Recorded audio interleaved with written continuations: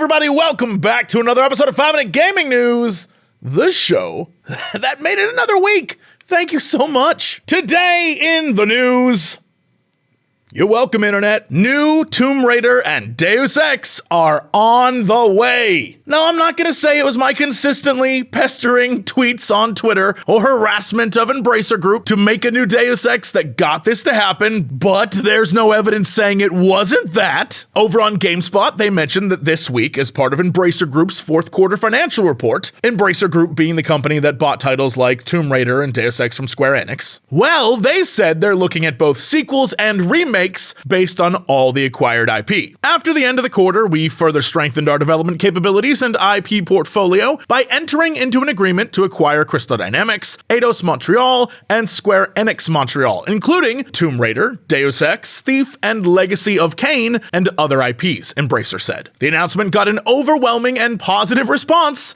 We see great potential not only in sequels, but also in remakes, remasters, spin-offs, as well as transmedia projects across the group. First off, I'm proud to be part of that great response. Second off, if you're wondering what transmedia is, it's basically anything besides the game. We're talking movies, TV, comics, anime, whatever, books. It's just a corporate way of saying all of that. And yes, I know it's still early, but I am already on to phase 2 of my plan. This time, get my man Elias Tolfexis back in the game as Adam Jensen. Bring the man back. We need an ending to his story. I must have this. Let me enjoy this. And you know what? Don't be like Kotaku. Look, I like Kotaku just fine, but every once in a while they just go for hot takes for the sake of it. This time they were like, here they come, milking these IPs. Let them milk it.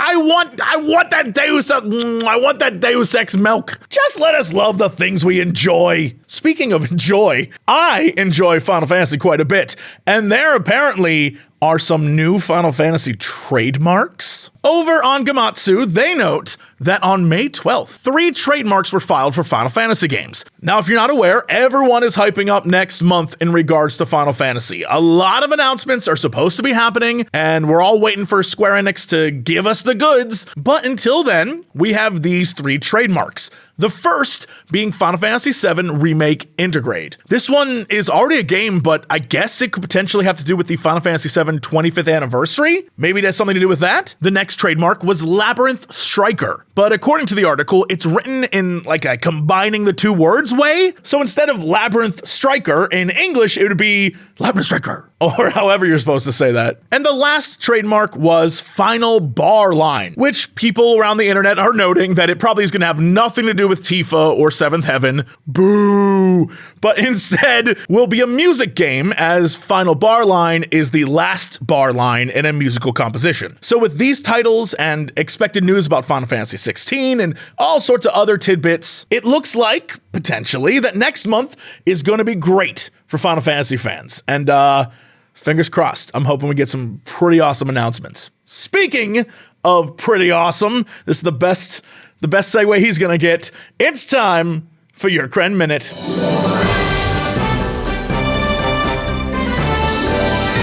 Hello, everybody, and welcome back to the Kren Minute, my once-a-week segment where I get to talk about whatever I want for a minute.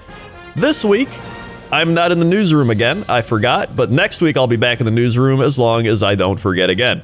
So, this week, I want to talk about, were games better back in the day? Because everyone goes, oh, TV, that was better back in the day. Oh, music, better back in the day. But video games, we've now hit a point where people are like, video games were better back in the day. But were they really better back in the day? I would say yes and no. Obviously, there were bad games back then. There's plenty of good games today. But I would think the biggest thing that separates those is how big the gaming industry has gotten, how kind of corporatized it's gotten, so you don't get as much innovation. It's just, make this game because people like this game. There's no risk involved. And then just a lot of the predatory systems, right? You have loot boxes, you have free to play, buy stuff. So it ends up not really being free to play in the end of things. So many different systems that try to get as much money out of the player as possible. But back in the day, you didn't have that. You bought your game, you played it, you had a good time. And that's why games were better back in the day. And that's my Kren Minute. All right, Crendor, I didn't know. I figured suddenly we're in ASMR. I figured this would be a bit like, oh, Jesse doing his nervous tick, but that's That sucks. Anyway, thanks, Crendor. Also, thank you to everyone over on patreon.com/Jesse Cox. Like Zach L., Morgan Day, and the Dr. John. Thank you so much. That's it for another week of 5-Minute Gaming News. I'll see you Monday.